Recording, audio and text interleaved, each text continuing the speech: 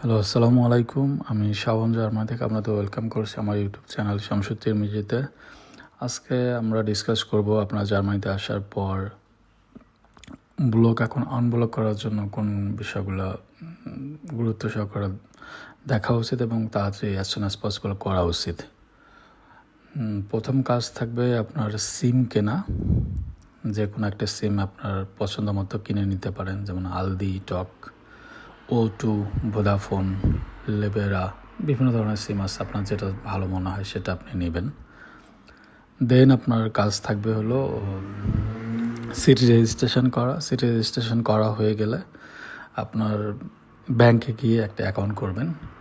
ব্যাংকের account open হয়ে গেলে দেন আপনার সব ইনফরমেশন সহ আপনি আনব্লকের জন্য যে প্রসেসটা দরকার সেটা করে ফেলবেন।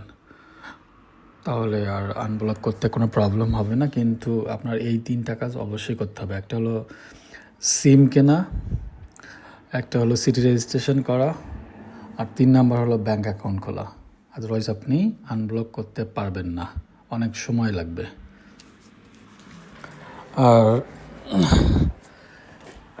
এটার পাশাপাশি যখন হয়ে যাবে তখন আপনার ভার্সিটিতে গিয়ে সব কিছু খোঁজখবর নিতে পারেন। সব হয়ে গেল পরে আপনার যদি আরও কোনো ডকুমেন্ট লাগে সেগুলো বাসায় day by day, step by step আসবে।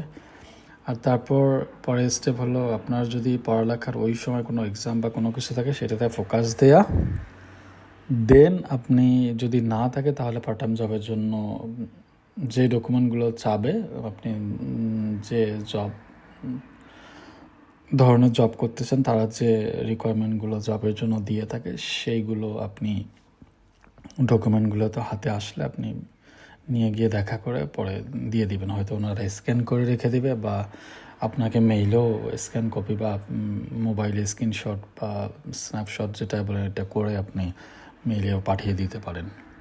আজকের ভিডিওটা খুবই গুরুত্বপূর্ণ আমার কাছে মনে হচ্ছে, এই জন্য এইটা ইনফরমেশন আমার ইউটিউব চ্যানেল দেওয়া উচিত, এই জন্য দিচ্ছি। আর এখনও যদি আমার চ্যানেলকে সাবস্ক্রাইব করে না থাকেন তাহলে করে ফেলুন।